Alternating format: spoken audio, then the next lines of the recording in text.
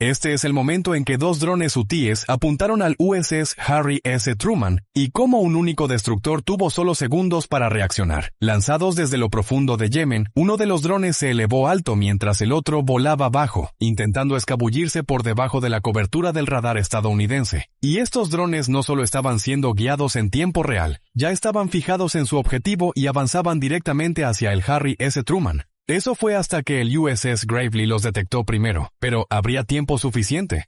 A las 3:43 am, hora local, en lo profundo de Yemen, una unidad móvil de lanzamiento hutíes disparó dos drones SMAD-3 hacia el cielo. A diferencia de los modelos Taimu de años anteriores, estos drones están mucho mejor diseñados para el alcance, la discreción y el factor sorpresa, y se dirigen directamente hacia el portaaviones Harry S. Truman. Después de ser lanzados, el primero viró bruscamente hacia el noreste y ascendió a 18,000 pies para ejecutar un ataque en picada desde gran altura. El otro dron tomó una ruta muy diferente, en una maniobra llamada deslizamiento sobre el mar. Este segundo dron voló a solo 10 pies sobre la superficie del agua, a una velocidad de aproximadamente 250 km por hora. Esto significaba que el grupo de ataque del Truman tenía aproximadamente 30 minutos para responder.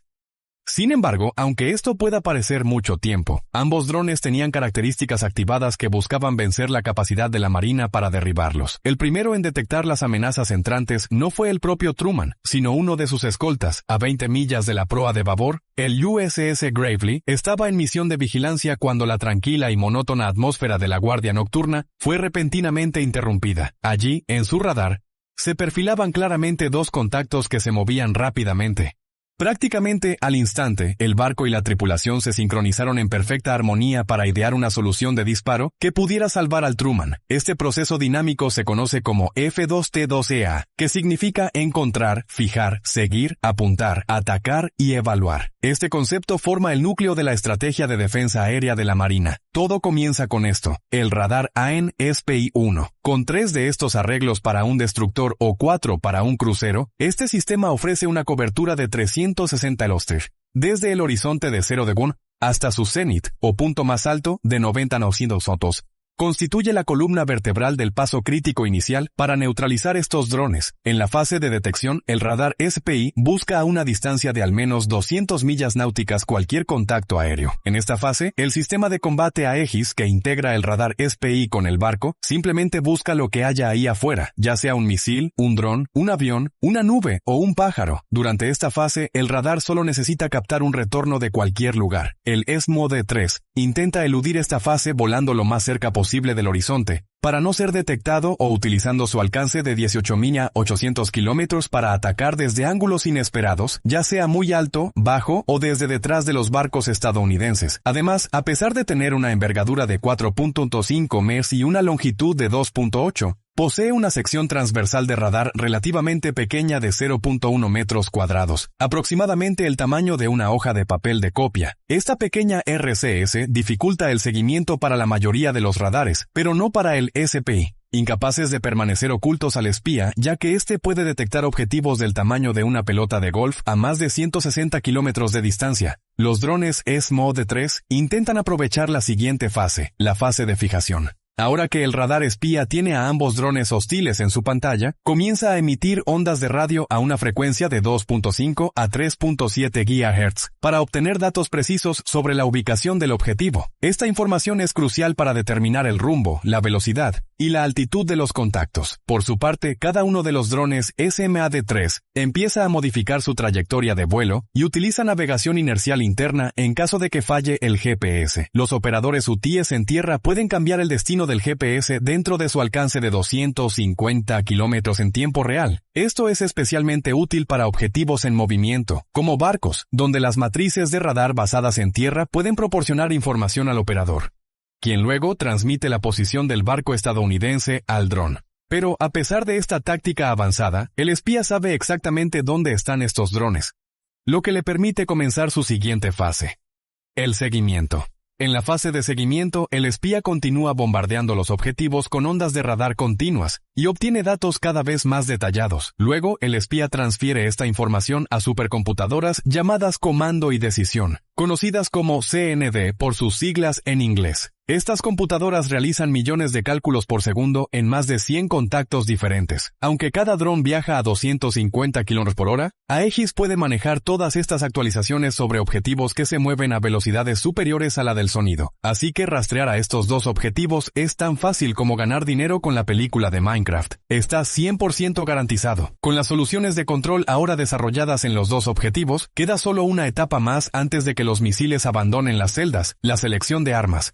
En esta fase del enfrentamiento, conocida como selección de objetivos, el oficial de acción táctica se encuentra participando esencialmente en un juego de citas rápidas de alto riesgo, y todo gira en torno a encontrar el emparejamiento perfecto. Por ejemplo, el Tao podría disparar este superavanzado misil SM-6 al dron, pero sería un desperdicio de un misil de 4 millones en un objetivo de $50,000. En su lugar, con la ayuda de Aegis, el Tao tiene solo unos segundos para decidir el arma correcta para la tarea y lograr un emparejamiento perfecto. En este caso, elige este misil, un misil SM-2, que es la herramienta que convertirá este dron en un montón de chatarra. El misil SM-2 es el pilar fundamental de la defensa aérea de la Marina y es el preferido para amenazas como esta. Esto se debe a que los SM-6 se utilizan contra amenazas avanzadas, los SM-3 son para misiles balísticos, los SM son para objetivos cercanos, los cohetes antisubmarinos son para submarinos y los Tomahawks son para objetivos en tierra. Sin embargo, al elegir un SM-2, existen diferentes variantes del SM-2. Estos misiles, como los Block 3, 3 Alpha, 3 Bravo y 3 Charlie, son físicamente bastante similares, pero tienen buscadores y software diferentes en su interior. Dependiendo del tipo de amenaza, cada variante de SM-2 es más adecuada. Unos pueden ser mejores para derrotar a los que se lanzan desde gran altura, mientras que otros pueden eliminar a los que vuelan a ras del agua. En esos pocos segundos, el Tao confirma la selección del arma y procede con el lanzamiento.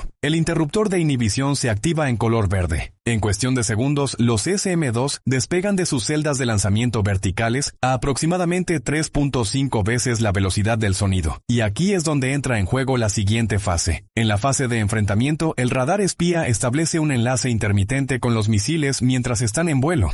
A una velocidad de decenas de veces por segundo, el radar espía esencialmente le pregunta al misil dónde se encuentra, y el misil responde. Luego, el radar espía da instrucciones al misil sobre cambios de rumbo para dirigirse hacia el objetivo. A medida que el SM-2 se acerca al alcance de los drones, entran en lo que se llama la fase terminal del vuelo. Estos radares se vuelven absolutamente cruciales. Estas matrices de radar de 7.100 o 7.5 son las matrices de radar ANPG-62 y son el componente principal del sistema de control de tiro Mark 99. Como acabamos de repasar, el radar espía es responsable de guiar al misil hasta que llega a sus últimos 60 segundos de vuelo. Cuando alcanza este punto de referencia, los iluminadores comienzan a bombardear cada dron con aproximadamente 10 kilovatios de potencia, decenas de veces por segundo. Estas ondas de radar están en algún lugar del rango de 8 a 12 GHz. El buscador semiactivo del SM-2 sabe cuál es el rango de frecuencia específico, y lo sigue. Piense en ello como si se guiara a sí mismo como una polilla hacia una llama.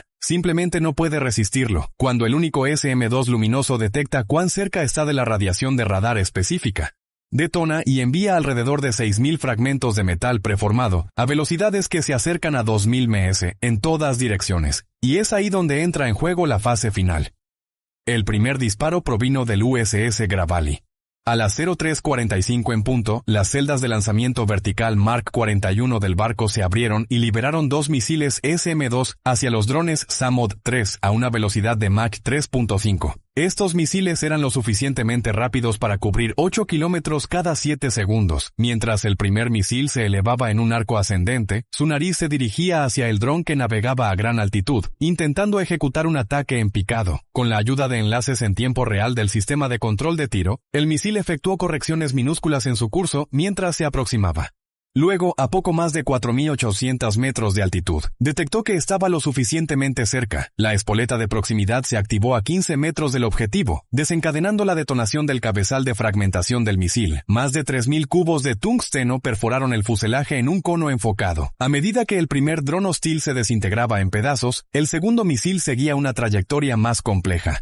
El SMAD volaba bajo, rozando la superficie del océano, intentando permanecer oculto en las sombras del radar, pero el sistema espía mantuvo su fijación. Cuando el SM-2 se dirigió hacia él, el dron viró repentinamente para evitar ser alcanzado, pero fue demasiado tarde. El SM-2 descendió súbitamente y detonó justo delante del cono de nariz del SMOD. Fragmentos metálicos destrozaron el fuselaje, y lo que quedaba dio vueltas hasta caer al mar, desapareciendo bajo las olas. Tras la detonación de los SM-2, el sistema espía reevaluó continuamente el campo de escombros para verificar si quedaba algo que aún pudiera representar una amenaza. Mientras algo coincida con el curso, velocidad y perfil de misiles, drones o aeronaves hostiles conocidos, Aegis y la tripulación, por su parte, permanecieron atentos. Aunque el radar pudiera parecer despejado por el momento, los marineros del grupo de ataque Truman no sabían que esto no era el final del ataque. Desconocido para las tripulaciones del grupo de ataque Truman, los hutíes estaban preparando un nuevo tipo de ofensiva que no dependía de los envejecidos misiles de crucero ni de equipo soviético reutilizado. Esta vez estaban enviando una nueva arma que algunos llaman el misil de crucero del pobre. A simple vista, el KZF-2K podría parecer un dron barato de imitación, pero sus orígenes son mucho más sofisticados. Es una munición merodeadora, a menudo denominada dron suicida, y un arma con la que los hutíes esperan cambiar el rumbo de la batalla. Basado casi por completo en el diseño iraní Ababial-T, el KZF-2K se fabrica con componentes introducidos de contrabando en Yemen desde Irán y luego ensamblados en el país por las fuerzas hutíes. En esencia, es una carga explosiva volante con alas.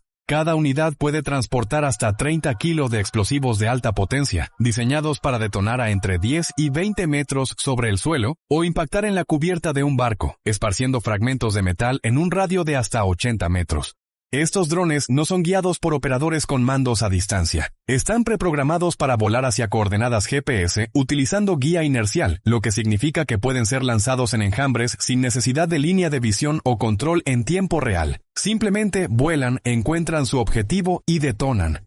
Su radio de operación se extiende entre 100 y 150 kilómetros y con una autonomía de 100 minutos y una velocidad de crucero de 250 kilómetros por hora, son más que capaces de alcanzar una fuerza de tarea de la Marina de los EU, que opera en alta mar, impulsado por un sencillo motor de pistón y capaz de alcanzar altitudes de hasta 5.000 metros. El KZF-2K no es rápido ni furtivo, pero no necesita hacerlo. Su fortaleza radica en su número.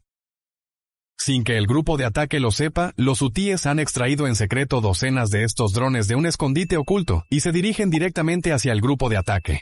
Hasta pronto. Suscríbete si te gustó el video.